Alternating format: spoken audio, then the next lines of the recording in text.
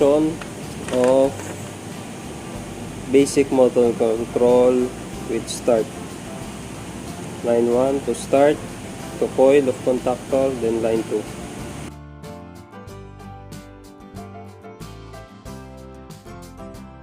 Make sure that your breaker is off for safety. This is from the line 1, we call it line 1. Going to the start, one contact of normally open start.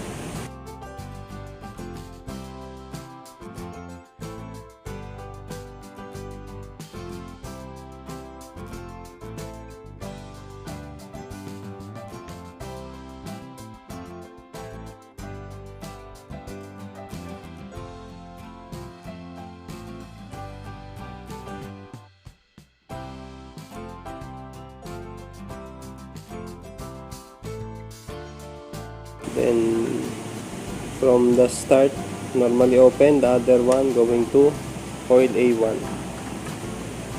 This is the A1.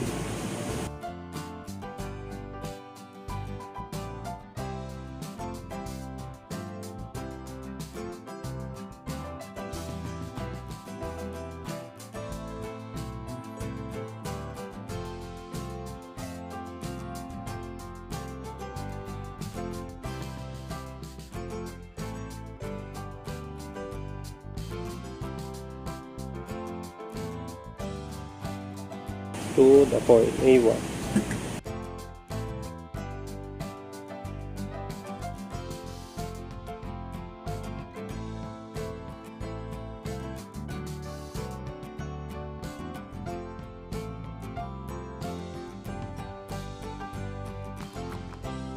Make sure to tighten your connections.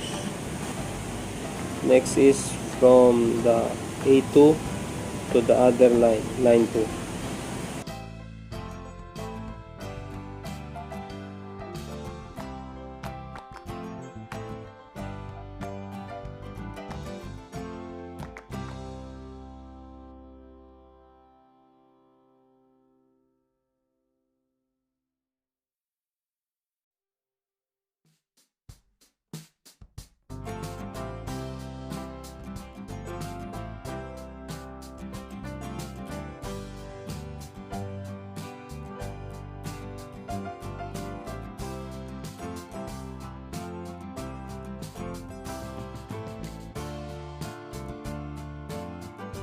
So this is the start connection.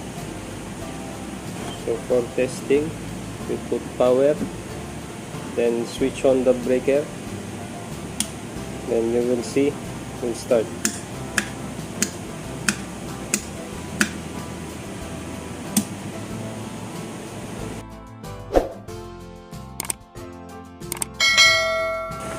So next is for number 1.1, start with indicator lamp.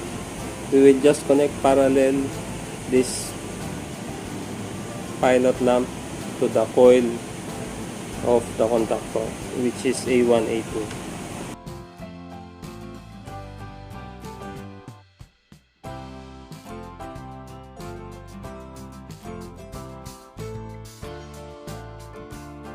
We will connect to the coil A1.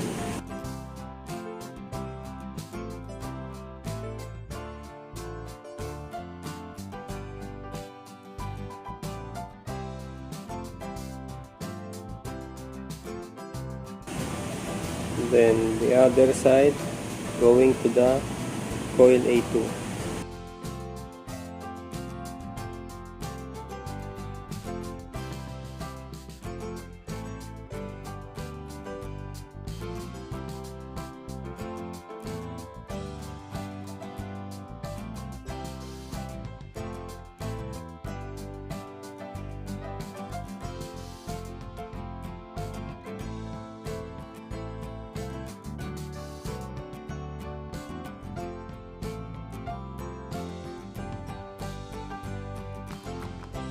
So for testing, we switch on, then you will see this pilot lamp.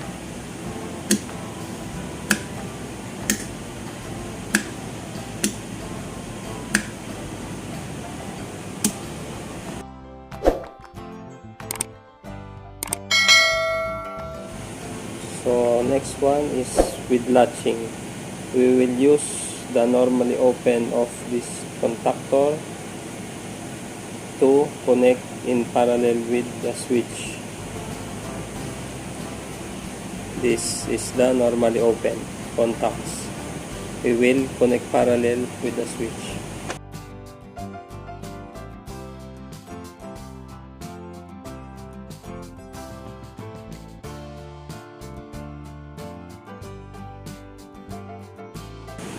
One normally open auxiliary going to the other side of the switch.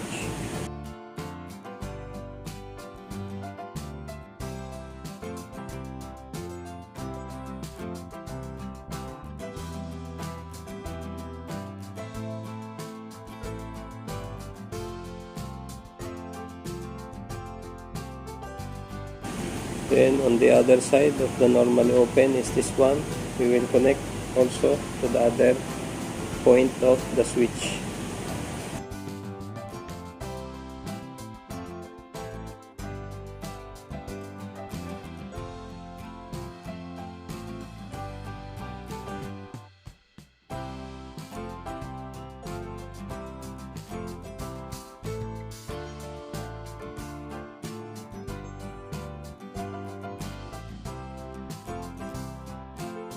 Again, make sure that the breaker is off or pull the power plug.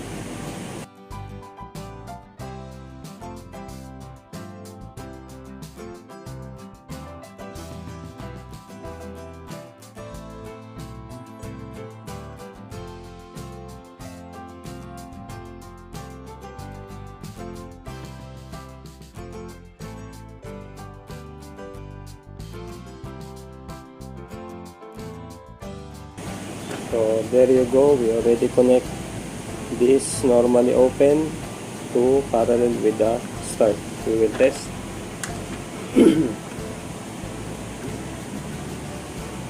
Switch on the breaker, then you will see it will start. It will maintain the power, making this the latching effect. So we will switch off again, switch off. We start this the latching effect.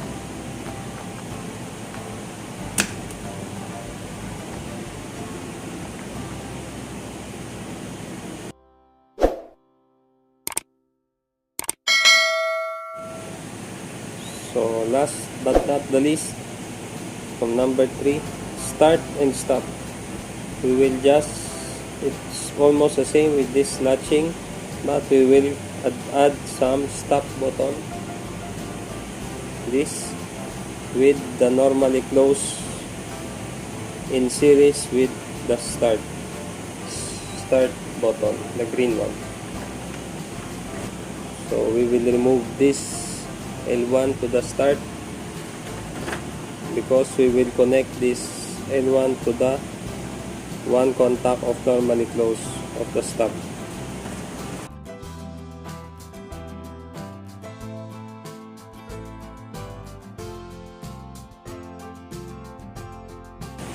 We will connect, use this from this stop button. This is the normally close.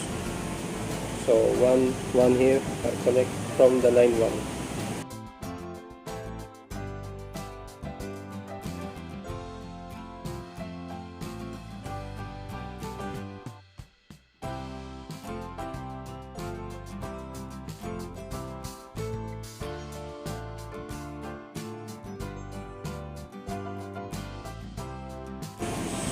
So next, from the other side of the normally closed, we will now connect to this side of the start, wherein the latching effect and this normally open start. So this is the other end of the normally closed stop button going to this side of the normally open start, going here for the latching effect.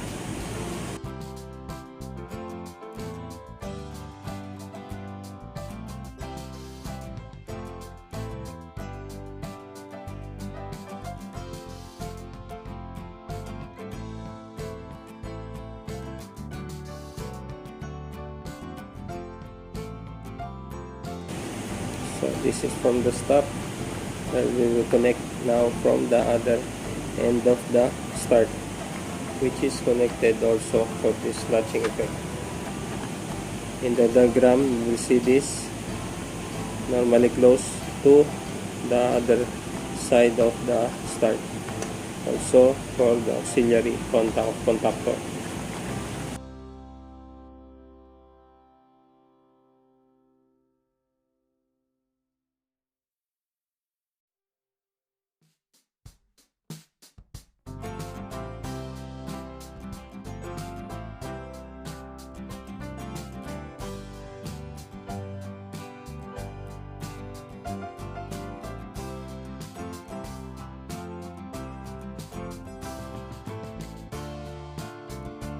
So make sure it's tight. The connections are all tight and good. So now for testing, this is the latching effect start stop with these ones, start and stop button. For testing, switch on the breaker and we will press start.